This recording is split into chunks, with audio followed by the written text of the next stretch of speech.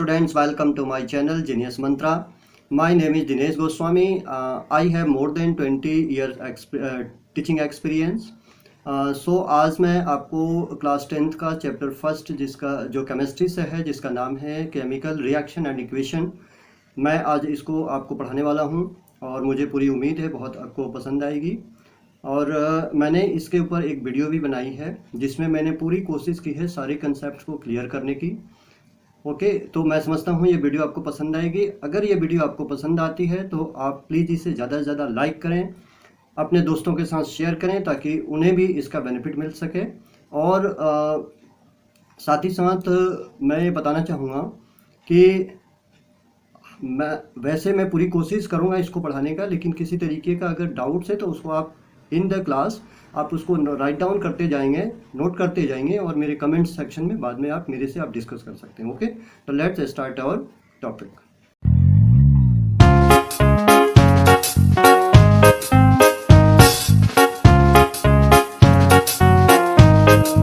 तो स्टूडेंट्स, ये हमारा चैप्टर है जिसका नाम है chemical reaction and equation. Let's study all the important concept of this chapter one by one. What is the chemical reaction? A chemical reaction is change in which one or more substances, reactants, react to form new substances with entirely different properties. Okay? यानी कि reactant और one और मोर substances react करते हैं तो इससे एक नया सब्सटेंस बनता है जिसको कि यहाँ पर हम कहेंगे कि ये रिएक्शन हो रहा है। ठीक है, अब रिएक्शंस के कुछ एग्जांपल है जो कि मैंने दे दिया है, उसको आपको याद करना है। Digestion of food, rusting of iron, photosynthesis, respiration and burning of fuels etc. Okay, तो ये एग्जांपल्स आपको याद रखने हैं। Now the next topic is how can we identify that a chemical reaction has taken place. आप कैसे identify करेंगे कि यहाँ पर केमिकल रिएक्शन हुआ है। ओके, तो इसके लिए मैं कुछ चीज़ें हैं जिनको आप एब्जॉर्ब करें अपने ऑन योर सराउंडिंग, तो आप आइडेंटिफाई कर पाएंगे इजीली। जैसे कि अगर आप किसी भी ऑब्जेक्ट का चेंज इन स्टेट, अगर उसका स्टेट चेंज हो रहा है, कलर इन चेंज, अगर उसके कलर में चेंज आता है, इवोल्यूशन ऑफ गैसेस होता है, change in temperature, formation of precipitate, अगर ये 5 चीज़ें हैं जिनको कि आप एब्जॉर्ब करके आप पता लगा सकते हैं कि यहाँ पर केमिकल रिएक्शन हुआ है। That's okay. And next topic is what do you mean by valency. तो वैलेंसी क्या होती है इसके बारे में आप 9th चैप्टर में पढ़े हैं। मैं ये एक बार यहाँ पर आपको क्लियर कर देता हूँ। The number of electron shared by an atom is called the valency. ठीक है, it is also called the combining capacity of an atom. यानी कि जो वैलेंसी होती है उसको हम अल्टरनेट वर्ड्स में हम उसको कंबाइनिंग कैपेसिटी भी कहते हैं ऑफ एन एटम का। जैसे उदाहरण के लिए यहाँ पर आपको एग्जांपल दिया हुआ है, chlorine atom can share 1 valence electron as its valency is 1। Valency is 1, यानी अब वैलेंसी कैसे निकालते हैं मैं थोड़ा सा, हालांकि आपने 9th क्लास में पढ़ा होगा, बट मैं आपको बता देता हूँ। जैसे इसके क्लोरीन का एटॉमिक नंबर होता है 17। ओके, और 17 का जब हम इसको इलेक्ट्रॉनिक कॉन्फ़िगरेशन करते हैं तो 2, 8 एंड 7 आता है। और ये रूल होता था, आप रिकॉल करें अगर आप 9th क्लास में तो आपको याद आ जाएगा कि हम उसमें क्या करते थे कि उसके वैलेंस इलेक्ट्रॉन निकालने के लिए जिनके आउटर मोस्ट सेल में, जिन एलिमेंट्स के आउटर मोस्ट सेल में 5, 6, 7 होते थे उसको आप 8 में से माइनस कर देते थे। ओके, जो भी रिमेन होता था वो आपका वैलेंस इलेक्ट्रॉन होता था। सेम वही चीज़ यहाँ भी है। और 17 में इसीलिए आप 1 इलेक्ट्रॉन यहाँ पे वैलेंस आया हुआ है 8 में से 7 को लिस्ट करने पे, इसलिए इसकी कैपेसिटी यहाँ पर 1 दिखाई गई है। ऐसे ही सेम इसी तरीके से ऑक्सीजन का भी है, 8 इसकी वैलेंसी है और इसको अगर आप करेंगे 2, 6 होगा, 8 में से 6 को लेस करेंगे 2 आएगा। ओके, तो आप समझ सकते हैं। अब मैं समझ सकता हूँ कि आपको ये कंसेप्ट बैलेंसी के बहुत अच्छे ढंग से समझ में आ गया होगा। Now the next topic is chemical equation क्या होता है। तो it is a complete symbolic representation of the chemical reaction in evolving the reactant and the product. देखिए, केमिकल इक्वेशन क्या होता है। इक्वेशन आप जानते हैं, इक्वेशन का मतलब होता है इक्वेशन और बैलेंसिंग। आप अगर हम मैथ्स के में हम क्या करते हैं, इक्वल होता है तो मैथ्स का रूल क्या होता है, बोथ साइड इक्वल होना चाहिए, तो उसको हम कहते हैं क्या, इक्वेशन। यहाँ पर भी वही चीज़ है, chemical equation. It is a complete symbolic representation. Symbolic का मतलब होता है, जिस तरीके से हमें पता है कि एक हर एलिमेंट्स का एक पार्टिकुलर नाम दिया गया है और उस नाम को भी इतना नाम याद रखने में दिक्कत होती है। ठीक है, तो इसलिए उसको एक सिंबॉलिक फॉर्म बना दिया गया। जैसे हाइड्रोजन को पूरा हम हाइड्रोजन बोलते हैं, बट उसको शॉर्ट में दिखाना है तो हम उसको एस से शो करते हैं। ठीक है, इसी तरीके से सो ऑन, आगे की जितने भी एलिमेंट्स हैं सबका अपना अपना एक अलग सिंबॉलिक फॉर्म होता है जिसके हम शो करते हैं। ओके, तो मेनली हम क्या करते हैं, जब हम इक्वेशन रूप के शेप में जब हम इसको राइट करते हैं तो उसमें हम सिंबॉलिक फॉर्म का ज़्यादा इस्तेमाल करते हैं। इसीलिए यहाँ पर लिखा गया है कि it is a complete symbolic representation of chemical reaction involving reactant and the product. अब मैंने जस्ट अभी थोड़ा देर पहले आपको बताया था कि रिएक्टेंट और प्रोडक्ट क्या होता है। रिएक्टेंट होता है कि टू और मोर कोई भी आइटम या एलिमेंट जब हम आपस में मिलाते हैं और उससे एक नया, तो उन जिनको हम मिला करके नई चीज़ बनाते हैं, तो जिनको हम मिलाते हैं that such type of item is called the reactant. And the new product, जो नया प्रोडक्ट बनता है उसको हम कहते हैं प्रोडक्ट। ठीक है, अब रिएक्टेंट को इक्वेशन पे हम लेफ्ट हैंड साइड पे शो करते हैं और प्रोडक्ट्स को हम राइट साइड में शो करते हैं। और यहाँ पे इज इक्वल टू का निशान नहीं आता, यहाँ पर एरो का एक सिंबल होता है जो अभी आपको आगे मैं दिखाऊंगा इस तरीके के एग्जांपल्स में। Now the next topic is balance equation. ठीक है, it is the equation in which atom of various element on the reactant and the product side are equal. Okay, यानी आपको मैं बता चुका, रिएक्टेंट साइड एक LHS होता है और प्रोडक्ट साइड राइट साइड होता है। दोनों साइड का आपका जो एलिमेंट्स का जो एटम्स का जो वो होता है, it is the equation in which the atom of various elements on the reactant and the product sides are equal। अच्छा, इनका जो पूरा एटम्स जो होते हैं एलिमेंट्स के रिएक्टेंट साइड के और प्रोडक्ट साइड्स के, फर्स्ट चीज़ आपको याद रखनी है, इक्वल होते हैं। ठीक, दूसरा, the number of atom of elements on both sides of chemical equation should be equal in accordance with the loss of the conservation of mass. Law of conservation of मास के बारे में आपने 9th क्लास में पढ़ा था कि mass neither be created and nor be destroyed. Okay, कि इसे ना तो हम खर्च कर सकते हैं ना ही हम इसे बना सकते हैं। तो इसी तरीके से यहाँ पर दोनों साइड का, रिएक्टेंट साइड का मास, एलिमेंट्स के मास और प्रोडक्ट साइड के एलिमेंट्स के मास, दोनों साइड के मास जो है वो इक्वल होगा according to the law of conservation of mass. Okay, clear है। Now the next topic is, अच्छा, इसको हम और केमिकल रिएक्शंस को समझने के लिए इसको एक फ्लो चार्ट के जरिए हम समझने की कोशिश करते हैं जिससे और बेटर तरीके से आपको समझ में आ जाए। तो इसके अंदर मैंने अलग अलग ये फ्लो चार्ट को भी आप देख सकते हैं। ठीक है, इसी के अकॉर्डिंग मैंने इसको क्लैरिफाई किया है 1 by 1 करके। तो आइए हम देखते हैं। तो फर्स्ट इसमें जो है हमारा कम्बिनेशन रिएक्शन होता है। कम्बिनेशन रिएक्शन क्या है? In a combination reaction two और more reactants combine to give a single product. यानी कि दो या दो से अधिक रिएक्टेंट को जब हम कंबाइन करते हैं तो इसे एक सिंगल प्रोडक्ट बनता है। ओके, इसको हम कम्बिनेशन रिएक्शन कहते हैं। ठीक, इसका एक एग्जांपल भी आप ले सकते हैं, जैसे यहाँ पर देखिए, the reaction of the calcium oxide with sulphur dioxide to form the calcium sulphide.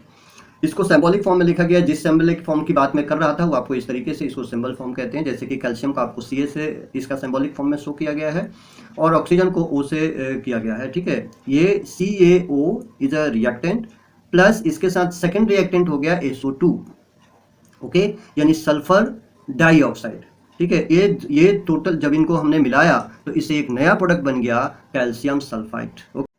Now the next topic is decomposition reaction. Okay, in a decomposition reaction, a single reactant breaks down into two or more simpler products. Okay, यानी मैं इसके अंदर आपको ये बताऊं कि decomposition reaction a single reactant breaks, इसमें क्या होता है कि एक सिंगल प्रोडक्ट होता है या सिंगल रिएक्टेंट कह सकते हैं आप, जिस रिएक्टेंट को ब्रेक डाउन कर, यानी हम इसको स्प्लिट करते हैं, ब्रेक डाउन करते हैं टू और मोर पीसेस के अंदर, सिंपलर प्रोडक्ट्स के अंदर, तो वो कहलाता है डिकम्पोजिशन। डिकम्पोज का मतलब अलग अलग खंडित करना। ओके, उसको अलग अलग स्प्लिट करके तोड़ना, तो उसको हम कहते हैं डिकम्पोजिशन एक प्रोसेस है।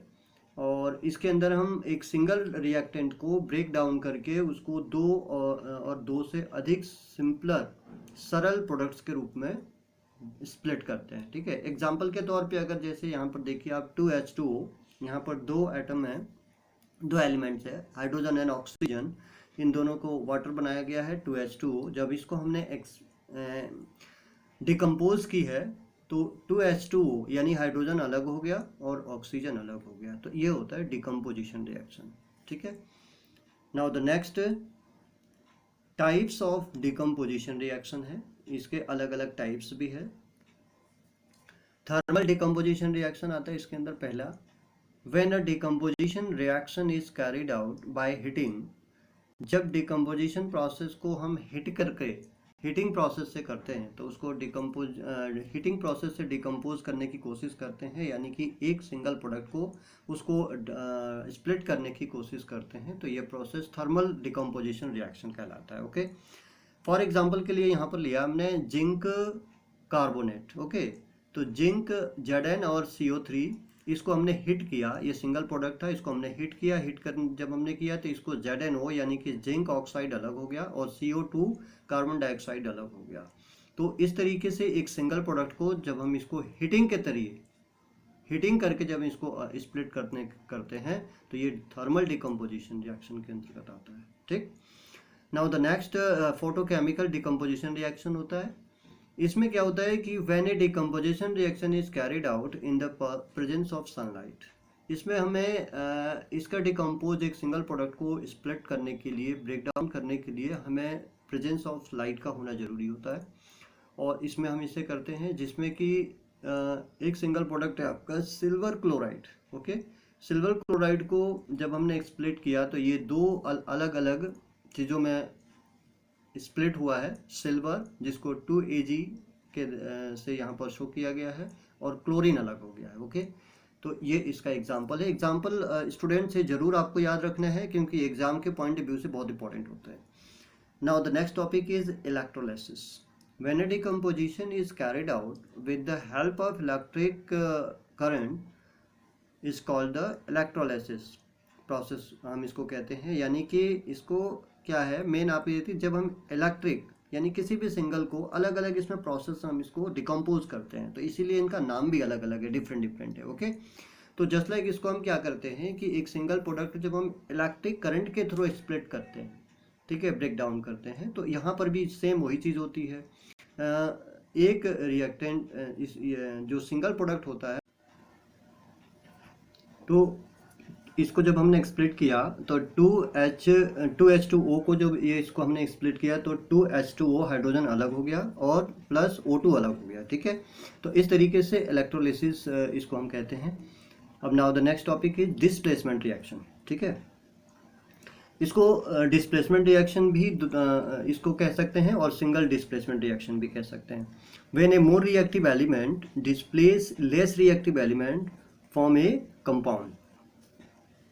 कह रहे कि सिंगल डिस्प्लेसमेंट क्या होता है। सिंगल का मतलब होता है कि व्हेन मोर रिएक्टिव एलिमेंट्स, इसमें क्या होता है, मैं थोड़ा सा इसको और इजी वे से आपको समझा रहा हूँ कि कोई भी एक कंपाउंड होता है, आप जानते हैं कंपाउंड जब बनता है तो 2 and more than एलिमेंट्स जब combine together is called the compound. Okay, तो इस तरीके से जब कंबाइन होती हैं तो कंपाउंड बनता है। जो कंपाउंड से हम उसे जब दो डिफरेंट अलग अलग जो एलिमेंट्स होती हैं, तो अब इसके अंदर जाहिर सी बात है कि सबके हर जैसे पर्सन है, हर पर्सन का नेचर अलग है, उसकी जो कैपेसिटी अलग है, उसकी स्ट्रेंथ अलग है, उसी तरीके से एलिमेंट्स भी डिफरेंट काइंड्स ऑफ नेचर की होती हैं।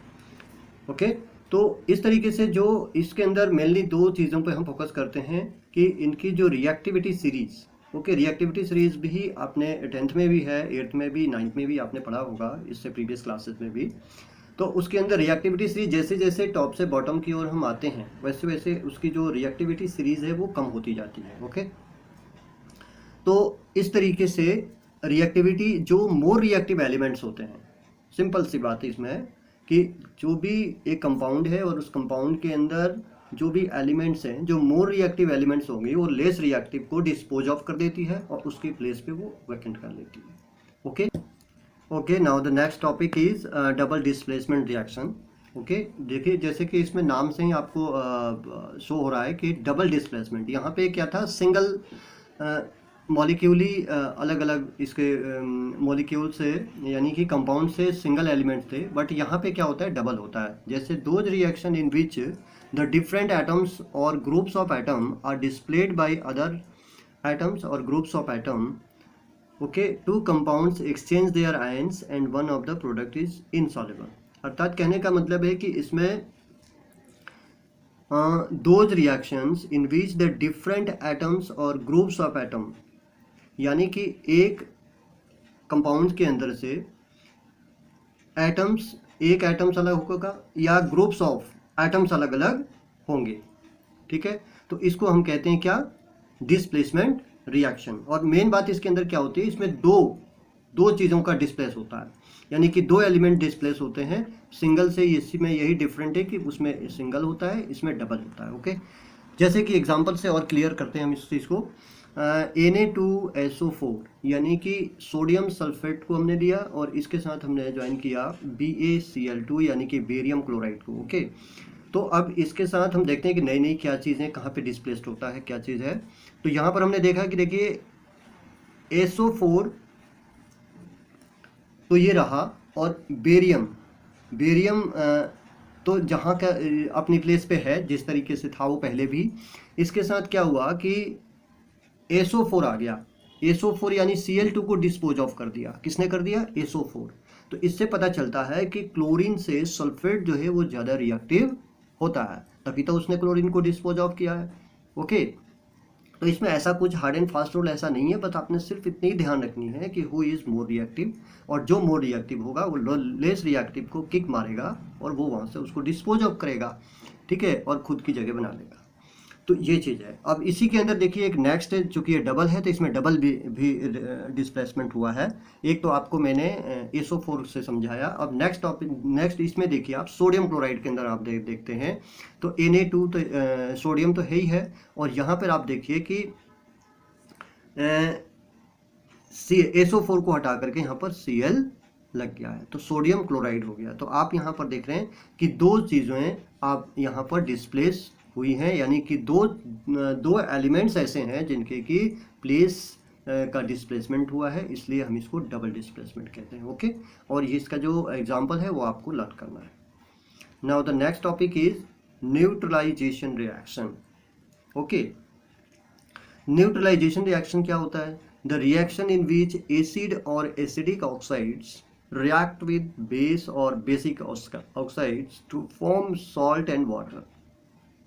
ओके, यानी कि the reaction in which the acid, जब एसिड और एसिडिक ऑक्साइड्स रिएक्ट करते हैं किससे, बेस से, यानी कि मैं दूसरे शब्दों में और इजी वे से बताऊं आपको, तो जब एसिड बेस से रिएक्ट करता है या एसिड ऑक्साइड्स बेसिक ऑक्साइड से रिएक्ट करता है, और रिएक्ट होने के बाद में इससे सॉल्ट का फॉर्मेशन होता है और वाटर का फॉर्मेशन होता है। ओके, तो इसको हम कहते हैं न्यूट्रलाइजेशन रिएक्शन। और इसको अगर हम एग्जांपल से समझते हैं तो ये एग्जांपल भी मैंने दिया हुआ है 2NaOH, जिसको हम सोडियम हाइड्रोक्साइड कहते हैं, और इसके साथ सल्फ्यूरिक एसिड के साथ जब हम इसको ज्वाइन करते हैं इसको, तो सोडियम सल्फेट बन जाता है और वाटर H2O इससे अलग हो जाता है। ओके, तो इसको आप लर्न करेंगे, इंपॉर्टेंट टॉपिक है। और अब आता है हमारे एक्सोथर्मिक रिएक्शन। एक्सोथर्मिक रिएक्शन, इसमें क्या होता है कि reaction which take place with the evolution of heat. Evolution of heat कहते हैं इंक्रीज इन टेम्परेचर। टेम्परेचर जब बढ़ता है, ठीक है, तो रिएक्शन जो है इसके अंदर इसी को हम कहते हैं क्या, इवोल्यूशन ऑफ हीट। तो एक्सोथर्मिक रिएक्शन में क्या होता है कि reaction which take place with the evolution of heat, for example burning of natural gas. इसके अंदर क्या है कि आपको बहुत ज़्यादा हार्ड एंड फास्ट रूल इसके अंदर नहीं है, आपको सिंपल से इतने ही याद करना है कि इवोल्यूशन ऑफ हीट को या इंक्रीज इन टेम्परेचर को हम एक्सोथर्मिक रिएक्शन कहते हैं। और एग्जांपल के तौर पे आप इसको लिख सकते हैं बर्निंग ऑफ नेचुरल गैस, जिसको कि हम CH4, जिसको हम मीथेन कहते हैं, प्लस 2O2 हो गया, और जब इसको हम आपस में इसको रिएक्ट कराते हैं तो इसको CO2 अलग हो जाता है और 2H2O अलग हो जाता है। Okay, now the next topic is endothermic reaction. ठीक, एंडोथर्मिक में क्या होता है कि reaction which take place with the absorption of heat. इसमें क्या होता है, हीट का लूजिंग होता है, यानी कि इसमें टेम्परेचर लेस हो जाता है, टेम्परेचर लूज होता है, कम होता है, एब्जॉर्प्शन होता है, ठीक है, ऑफ हीट का। तो जाहिर सी बात है जब हीट एब्जॉर्प्शन होगी तो उसकी जो टेम्परेचर होगी उस चीज़ की वो लोअर हो जाएगा, कम हो जाएगा। तो जब लोअर होता है तो उसको एंडोथर्मिक रिएक्शन कहते हैं टेम्परेचर की, और जब इंक्रीज ऑफ टेम्परेचर होता है तो उसको जब इंक्रीज इन टेम्परेचर होता है तो उसको हम एक्सोथर्मिक रिएक्शन कहते हैं, और जब लेस ऑफ टेम्परेचर होता है तो उसको हम एंडोथर्मिक रिएक्शन कहते हैं। ओके, इससे भी मैंने एग्जांपल के जरिए आपको समझाने की कोशिश की है। N2 यानी नाइट्रोजन प्लस O2 ऑक्सीजन, इनको जब हमने एक दूसरे के साथ कंबाइन किया तो 2Na वो हो जाता है, जिसको हम नाइट्रिक ऑक्साइड कहते हैं। ओके, अब हम आते हैं, देखिए एक बहुत इंपॉर्टेंट टॉपिक पे, जिसका नाम है reaction in which oxidation and reduction take place simultaneously are called the redox reaction. Okay, ये रेडॉक्स रिएक्शन जो है एग्जाम के पॉइंट ऑफ व्यू से बहुत इंपॉर्टेंट होने वाला है। ये आपके एग्जाम में पूछा जा सकता है, इसलिए आप इसको आप बिल्कुल ढंग से समझने की कोशिश करेंगे और याद भी करेंगे। तो इससे आपने क्या देखा कि रिएक्शन इन विच, ऐसा रिएक्शन जिसमें कि oxidation and reduction take place simultaneously, यानी जिसमें ऑक्सीडाइजेशन प्रोसेस और रिडक्शन प्रोसेस, ये दोनों प्रोसेस एक साथ होते हैं। ओके, तो सच टाइप ऑफ रिएक्शंस को हम रेडॉक्स रिएक्शंस कहते हैं। ओके, अब हम इनको अलग अलग करके समझ लेते हैं कि कैसे कैसे क्या है। ऑक्सीडाइजेशन रिएक्शन, ऑक्सीडाइजेशन रिएक्शन कहते हैं reactions in which a substance gain oxygen, अर्थात इसमें क्या होता है ऑक्सीडाइजेशन रिएक्शन में कि इसमें ऑक्सीजन गेन होता है, यानी कि reaction in which a substance gain oxygen और lose hydrogen is called the oxidation reaction. अगर हम इसको इजी वे में समझें तो हम ये कह सकते हैं, आप याद रखने के लिए ये समझ सकते हैं इसको, कि एक ऐसा रिएक्शन जिसमें कि ऑक्सीजन प्लस होता है और हाइड्रोजन माइनस होता है। माइनस का मतलब क्या हुआ, कम हो गया। कम होता है कोई भी चीज़ इजी वे में हम इसको माइनस लगा देते हैं, ठीक है। प्लस होता है, बढ़ता है तो उस चीज़ को हम प्लस लगा देते हैं। ये जनरली रूल है, जो मैथ से अगर आपको रिलेट करके देखें तो। बट यहाँ पर आपने ये ध्यान रखना है कि जब ऑक्सीजन गेन करेगा और हाइड्रोजन लूज करेगा, this process is called oxidisation reaction, ठीक है। तो आई थिंक ये टॉपिक आपको क्लियर हो गया होगा ऑक्सीडाइजेशन वाला। अब नेक्स्ट हम रेडॉक्स रिएक्शन पे आते हैं। रेडॉक्स रिएक्शन में इसके अंदर क्या होता है, reaction in which a substance lose oxygen, यानी बिल्कुल डिफरेंट है इससे। देखिए इसके अंदर क्या होता है कि ऑक्सीजन गेन होता है ऑक्सीडाइजेशन में और रिडक्शन में लूज होता है। तो आप डिफ्रेंशिएट करके भी इसको इजी वे से समझ सकते हैं ताकि आपके माइंड में याद रहे हमेशा। और गेन से हाइड्रोजन होता है, बिल्कुल इसका ऑपोजिट है, इसमें हाइड्रोजन गेन होता है। ओके, तो इस तरीके से कोरिलेट करके अगर आप पढ़ेंगे तो ये ज़्यादा चीज़ें बेटर समझ में आती हैं। तो ये रेडॉक्स रिएक्शन जो है एक इंपॉर्टेंट टॉपिक था, जो मैं समझता हूँ आपको क्लियर हो गया होगा। Now the next topic is oxidising agents क्या होता है, ठीक है। अब देखिए एजेंट आप जानते हैं, एजेंट क्या होता है, LIC एजेंट होता है और भी कई तरीके के शेयर एजेंट्स होते हैं, है ना। तो एजेंट का काम क्या होता है, वो क्या करता है, वो बीच का काम, वो दोनों का कंप्लीट काम करता है, चैन को जोड़ने का काम करता है। ओके, तो in the sense of science में भी इसी तरीके का है कि it is a substance which can add oxygen और an electronegative elements to other materials, यानी कि ये अदर मटेरियल्स के साथ ऑक्सीजन को ऐड कराता है। ओके, और it can also remove the hydrogen, यानी कि इसमें मेन दो चीज़ है, आप ध्यान रखिए सिंपल वे में, कि ऑक्सीडाइजिंग एजेंट्स वे एजेंट्स होते हैं किसी सब्सटेंस के अंदर जिसमें कि ऑक्सीजन को वो अदर मटेरियल के साथ ऐड कराते हैं और हाइड्रोजन को अदर मटेरियल से रिमूव करवाते हैं। तो इसको हम कहते हैं ऑक्सीडाइजिंग एजेंट्स, ठीक है। तो एजेंट का क्या हुआ है, मैंने जैसे आपको एग्जांपल दिया था, एजेंट का वही मतलब होता है कि वो एक तरीके से बीच का को काम करता है, ठीक है, मिडिल मैन का काम करता है, हम ये कह सकते हैं सिंपल वे में।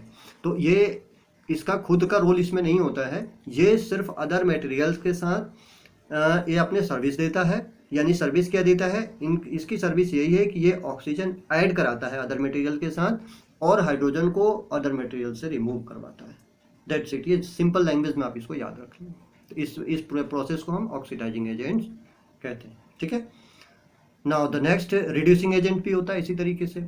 इसमें क्या होता है कि it is a substance which can hydrogen और and electropositive elements to other materials.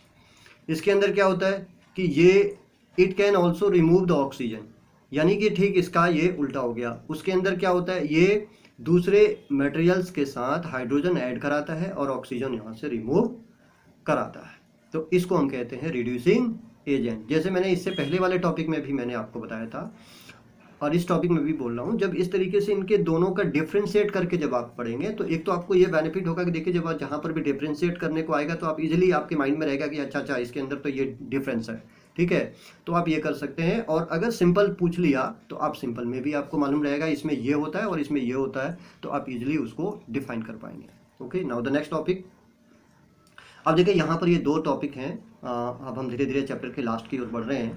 तो कोरेशन एंड रेंसिडिटी, ये बहुत इंपॉर्टेंट टॉपिक हैं दो हमारे, जिसके अंदर कोरेशन कोरेशन क्या होता है, उसको हम आम भाषा में जंग कहते हैं। जंग जानते हैं, जैसे ब्राउनिश कलर का रस्टिंग वगैरह जिसको हम कहते हैं। When a metal is attacked by a substance around it such as the moisture, acid, water etcetera, it is said to corrode and this process is known as कोरेशन।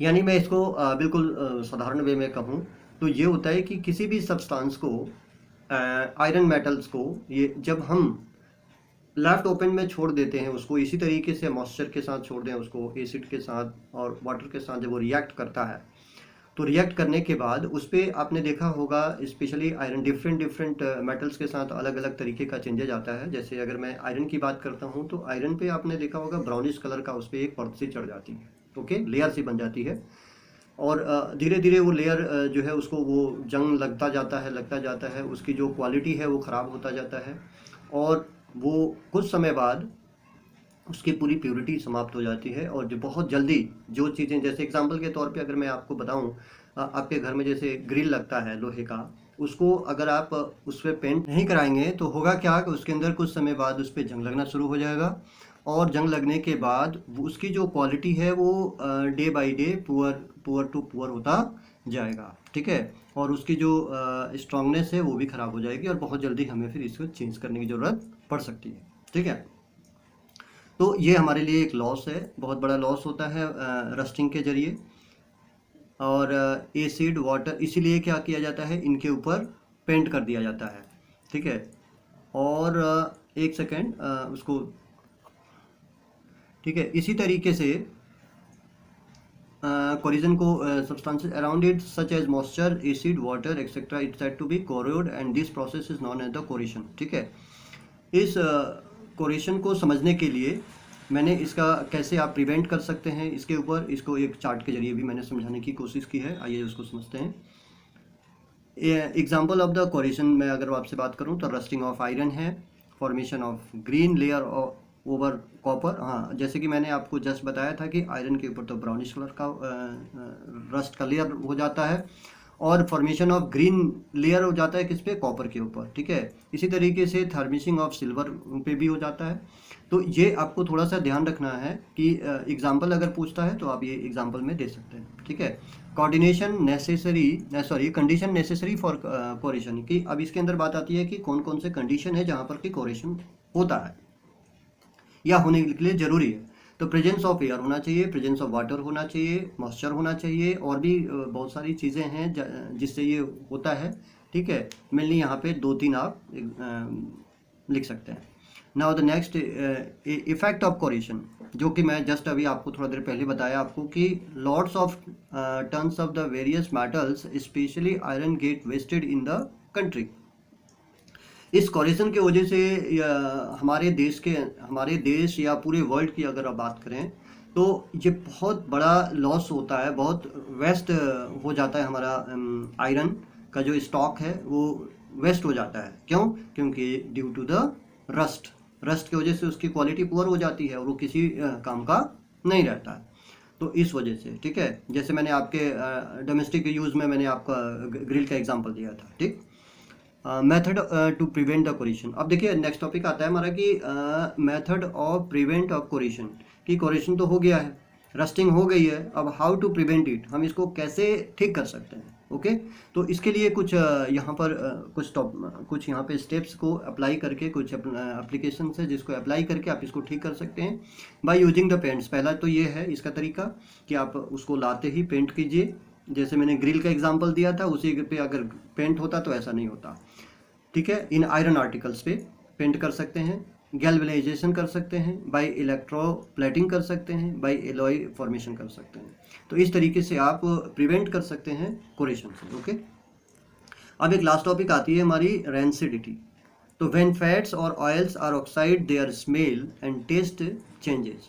जब कोई भी fat और ऑयली चीज़ ऑक्साइडाइज्ड होता है देयर स्मेल और test उसका change हो जाता है। ऑक्सीडाइज्ड होने के बाद उसका स्मेल बदल जाएगा और टेस्ट बदल जाएगा, पहला काम यही होता है। This phenomenon is known as the rancidity. Okay, and so antioxidant, अब चूंकि ये ऐसा ना हो, ठीक है, इन फ्यूचर ऐसा ना हो किसी भी फैटी ऑयल्स के प्रोडक्ट के साथ, तो उसको एंटीऑक्सीडेंट उसके अंदर ऐड किया जाता है, जिससे हमारे फूड आइटम जो हैं वो लंबे समय तक, लॉन्ग पीरियड ऑफ टाइम तक उसकी जो प्योरिटी है वो बनी रहे और वो रेंसिडिटी से प्रिवेंट हो सके। Okay, for example chips manufacturers flush the bag of chips with nitrogen to prevent chips from the getting oxidised. कि चिप्स के पैकेट्स के अंदर नाइट्रोजन गैस को उसके अंदर पुश किया जाता है, फ्लश किया जाता है, जिससे कि वो ऑक्सीडाइज्ड हो और लंबे समय तक चिप्स का जो क्योंकि चिप्स आप जानते हैं तेल में और ऑयल वगैरह में इसमें तला जाता है, तो इस वजह से उसकी जो प्योरिटी है वो, अगर हम उसको वैसे छोड़ देंगे ऑक्सीजन के उसमें थोड़ी भी आ जाएगी तो उसकी नमी आ जाती है, मॉइस्चर आ जाता है और वो उसका टेस्ट ख़राब हो जाता है। तो इस वजह से उसके अंदर नाइट्रोजन ऐड किया जाता है ताकि उसकी जो प्योरिटी है वो लॉन्ग पीरियड ऑफ टाइम तक बनी रहे। ओके, तो स्टूडेंट्स यहीं पे ही हमारा चैप्टर फिनिश होता है और मैं उम्मीद करता हूँ कि टॉपिक वाइज सारे कंसेप्ट्स आपको पूरी क्लियर हो गए होंगे। और फिर भी अगर किसी तरीके का कोई डाउट होता है तो आप मुझे कमेंट सेक्शन में जाकर मुझे कमेंट कर सकते हैं। मैं पूरी कोशिश करूँगा आपके कमेंट्स के जवाब देने की और डाउट्स को क्लियर करने की, ठीक है। साथ ही साथ मैं इसके नोट्स की भी अपने डिस्क्रिप्शन बॉक्स पे अवेलेबल करा दूंगा, आप वहाँ से इसको एक्सेस कर सकते हैं। और मुझे इंस्टाग्राम के पर भी आप मुझे डीएम करके भी अपने कमेंट्स को के जरिए अपनी प्रॉब्लम्स को सॉल्व आउट कर सकते हैं। ओके, तो okay students, I will meet you in my next videos. Okay, till then stay healthy.